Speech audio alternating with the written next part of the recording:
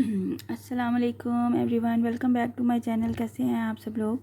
आज मैं आपके लिए एक नई लेस का डिज़ाइन लेके आई हूँ जिसमें मैं मोती भी ऐड किया है मैंने। आप देख सकते हैं मैंने बारीक वाले मोती जो हम कढ़ाई के कामों में यूज़ करते हैं, अगर आप ये वाले मोती यूज़ करना चाहें इससे बहुत अच्छी लुक आती है किसी भी डिज़ाइन की।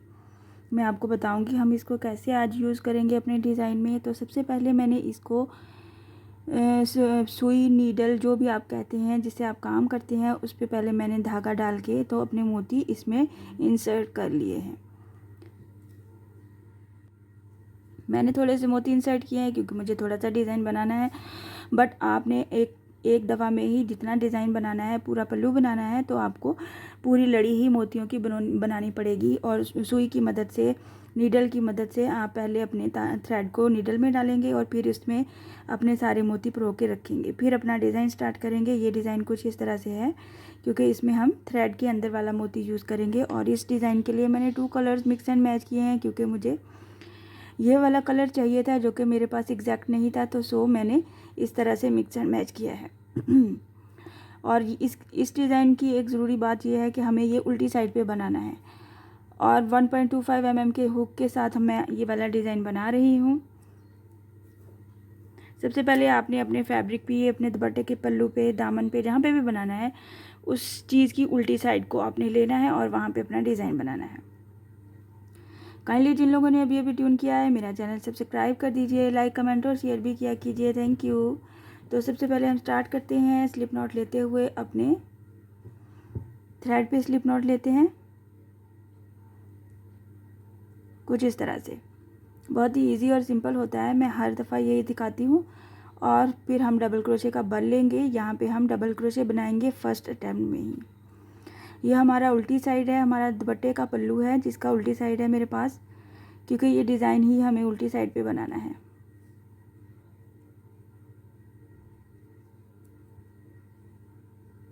कुछ इस तरह से सबसे पहले डबल क्रोशे बना लिया हमने। डबल क्रोशे बनाया, डबल क्रोशे बनाने के फ़ौरन बाद यहाँ पे मैंने अपना जो मोती इंसर्ट किया हुआ है वो अपने पास कर लें। एक एक मोती हमने यूज़ करना है अपने डिज़ाइन में।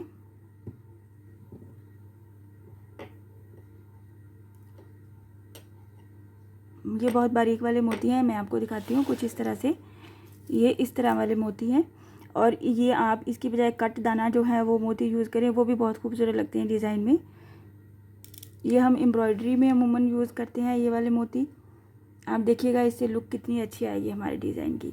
अच्छा, हमने अपना मोती अपने पास कर लिया है और फिर इसको हम लॉक कर देंगे 1 चेन के साथ, या फिर सिंगल क्रोशे कह लें। लॉक कर दिया और वो मोती खुद ब खुद पीछे को चला जाएगा। और ये जो डबल क्रोशे है इसके क्रॉस में हम एक सिंगल क्रोशे बनाएंगे कुछ इस तरह से। 1 चेन ले लेंगे और फिर डबल क्रोशे का बल लेंगे और थोड़े से डिस्टेंस पे, जितना कि 1 चेन का डिस्टेंस या फिर जितना कि हमारा ये इस गैप का गैप बनता है, उतने गैप में हम इसको डबल क्रोशे बना लेंगे एक बार फिर से।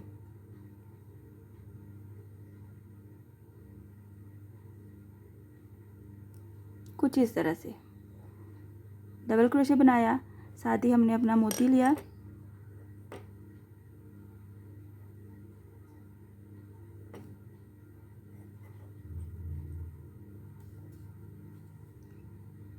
मोती को हमने यहाँ पे किया और इसको लॉक किया मोती को, और इस डबल क्रोशे के क्रॉस में हमने एक सिंगल क्रोशे बनाया कुछ इस तरह से। 1 चेन लिया, फिर से डबल क्रोशे का बल लिया, और ये डिज़ाइन इतना आसान है कि जल्दी से बन जाता है। आप इस मोती का साइज़ बड़ा भी ले सकते हैं जैसे आपको इजी लगता है या जैसे आपको पास अवेलेबल है, बट अगर आप छोटे मोती यूज़ करेंगे या कट दाना वाला मोती यूज़ करेंगे उसकी लुक थोड़ी सी डिफरेंट आएगी और वो बहुत ही नीट और नफीस काम लगेगा। मोती यहाँ पे लेके आए, डबल क्रोशे बनाया, फिर मोती लेके आए, उसको लॉक किया, लॉक करने के बाद यहाँ पे हमने ये जो डबल क्रोशे बनाया था इसके क्रॉस में हमने सिंगल क्रोशे बनाया, 1 चेन लिया, फिर से सेम डिस्टेंस पे हमने डबल क्रोशे बनाया। मैं हमेशा बताती हूँ अगर आपको डिस्टेंस लेने में कुछ मुश्किल आती है या आप बराबर से डिस्टेंस नहीं ले पाते और आप बेस रो भी नहीं बनाना चाहते, तो आप क्या कीजिए, आप सबसे पहले अपने जो वॉशेबल आपके पास पेन या पेंसिल है उससे अपने निशान लगा लीजिए जितने जितने डिस्टेंस पे आपको डिज़ाइन बनाना है रिक्वायर्ड है। या फिर आप बनाएं बेस रो 1 चेन के साथ 2 चेन के साथ बेस रो बना लेंगे तो फिर आप उसको हैंडल करना बहुत इजी हो जाएगा और आप बेस रो की चेन को काउंट करते हुए चलते जाएंगे और आपका डिस्टेंस सेम सेम ही रहेगा। बस इतना सा डिज़ाइन है, इतना सा पैटर्न है, इसी को आपने फॉलो करना है। फॉलो करते हुए अपने डिज़ाइन को कंप्लीट करना है और अपना जो भी दुपट्टे का पल्लू बनाया है 4 साइडेड बनाया है, आपने दामन पे बनाया है, बच्चियों के फ्रॉक पे बनाया है, कहीं पे भी बनाया है, सब पे आपने सेम पैटर्न को रिपीट करते हुए कंप्लीट करते जाना है और अपनी फैब्रिक को खूबसूरत बनाना है। मैं आपको दिखाती हूँ इसकी बैक साइड पे जो कि इसकी फाइनल लुक होगी। ये हो गया जो कि हमने बनाया है बैक साइड पे दुपट्टे के, बट इसका असल लुक हम पीछे से देखेंगे। ये कुछ इस तरह से ये मोती नज़र आएगा पीछे से, इसलिए हमने ये बनाया बैक साइड पे है और ये हमारा फ्रंट साइड है। मैं आपको इसकी थोड़ी सी लेंथ कंप्लीट करके बताती हूँ। डिज़ाइन आपको समझ में आया होगा, बहुत ही इजी है। सबसे पहले मैंने स्लिप नॉट लेते हुए डबल क्रोशे लिया है। डबल क्रोशे के एज पे मैंने मोती ऐड किया है और उसको लॉक करते हुए मैंने उसी डबल क्रोशे के क्रॉस में सिंगल क्रोशे बनाया है।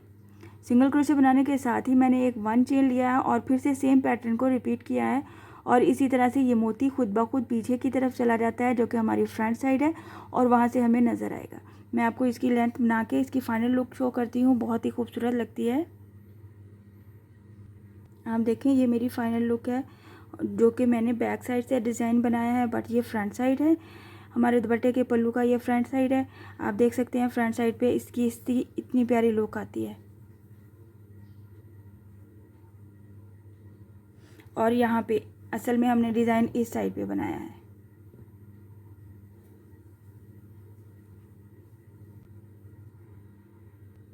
आप डिज़ाइन को कुछ इस तरह से देख सकते हैं। मोती को आप छोटा बड़ा कर सकते हैं, साइज़ पर्ल लगाना चाहते हैं तो आप पर्ल यूज़ कर सकते हैं, क्रिस्टल के मोती यूज़ करना चाहते हैं आप क्रिस्टल के मोती यूज़ कर सकते हैं। और आप इस डिज़ाइन की खूबसूरती देख सकते हैं, जितना छोटा मोती लगाएंगे आपका स्टिच जितना छोटा बनेगा और नफीस बनेगा और बहुत ही खूबसूरत लगेगा।